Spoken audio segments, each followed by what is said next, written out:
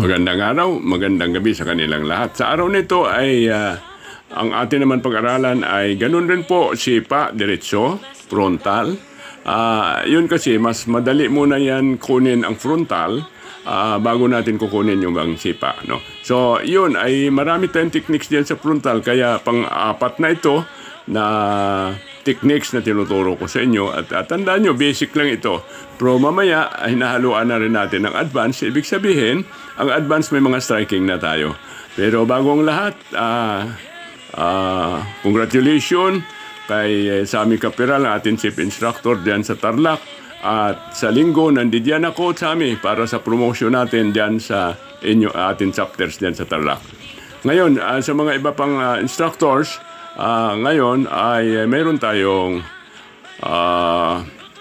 seminar and mass promotion this coming October 27. Atin kayo lahat. At sa araw nito ay papakita natin sa inyo ang pang-apat na techniques natin. Ito ay arm pulling downward. No, kailangan lang natin ang bilis at saka kailangan natin ang distance sa akin sa opponent, kasi yun nga, pag sumisipa ang kalaban natin, kailangan ang distance natin ay tama na hindi tayo magpapadikit. Kailangan malayo tayo. Ang tawag ko dyan ay one step away doon sa kalaban natin. So, ibig sabihin, bago siyang sumipa, kailangan hahakbang muna siya. So, ibig sabihin, atake siya. Tingnan nyo, no, kapag alimbawa, in distance na yan, hindi siya aabot diyan. So, ang gagawin niya, step forward siya.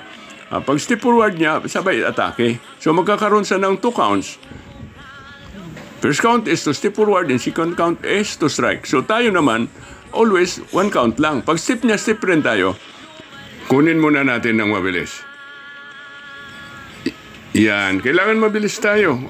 At ang bilis naman, kailangan sa contest. Ayan, hindi na makakaano yan, hindi na makakatayo yan kasi yung hawak natin, tingnan yung hawak sa rest. No? Hindi basta hawak kung saan-saan lang. Kailangan doon sa kamay ang hawak at may proper holding dyan na hindi siya makakagalaw. Kailangan natin, importante sa lahat yan, yung tamang techniques na atin gagawin. Now, titingnan nyo ngayon, ito nagpapari tayo. Ang purpose naman ng pari natin, kapag mabagal kayo, tatamaan kayo kasi mabilis ang sipa eh. Kailangan pari muna. So, pari, then, yun, kapit doon sa kaliwang kamay niya. Sa kamay ng kapitan, tingnan yung hawak na yan. Yan, hatak pababa. Bagsak yan, masakit yan. Yan, hindi na makakatayo yan. Kahit natatayo yan, tayo. Tayo. Oh. Hindi makakatayo yan, masakit kasi yan. Pag binigla mo yan, bali yan. Kaya, importante yung tamang hawak. Now, ngayon, tingnan nyo, yan. Ito, hindi tayo nagbablock dito, no? Pinapari lang natin. Walang blocking sa tapondo kasi malakas ang sipa. Pag binblock mo yan, hindi natin kaya yan. Then, pag block, sabay hawak doon sa kaliwang kamay niya. Ayun, lipat, hatak pababa. Yun, tingnan yung hawak natin. Kaya kailangan, ay importante sa lahat yung tamang hawak. At mabilis tayo. And papakita ko lang sa inyo, inikot ko lang para makita nyo yung kabilang, ayan. O, ayan nyo, pagpari, sabay hawak na doon sa kaliwang kamay niya. Iyon, sabay pasok. Ito slow motion lang ito, dinadaan-daan lang natin to. Para masundan nyo ako.